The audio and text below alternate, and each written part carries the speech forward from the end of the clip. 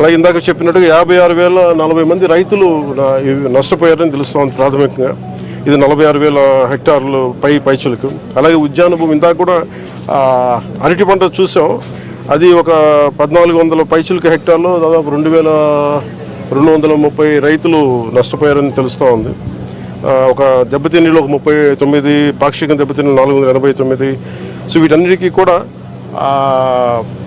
ఏవైతే మనకి సహాయం అందించాలో ఖచ్చితంగా వాటి అందిస్తాం.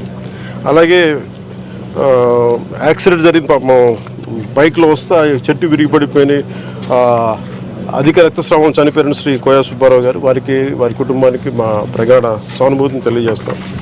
అలాగే పునరావాస కేంద్రాల్లో ఉన్న వాళ్ళందరికీ కూడా 25 కేజీల బియ్యాన్ని మత్స్యకారులు, చేనేతలకు ప్రత్యేకించి 50 కేజీల బియ్యం వాళ్ళని ముఖ్యమంత్రి గారి ఆధ్వర్యంలో నిర్ణయించింది. అలాగే బియ్యంతో పాటు కావాల్సిన కందిపప్పు కానీ, పామాయిల్, ఉల్లిపాయలు కానీ, బంగాళదుంపలు కానీ, పంచదార కానీ కూటమి ప్రభుత్వం వీటన్నిటిని ఉచితంగా సప్లై చేస్తూ ఉంది. అలాగే శిబిరాల్లో ఉన్న వారికి ఇళ్లకు వెళ్లే ముందు ఒక్కొక్కరికి 1000 రూపాయల చొప్పున ఇస్తా ఉన్నాం. ఒక కుటుంబానికి గరిష్టంగా 3,000 చెల్లిస్తా ఉన్నాం.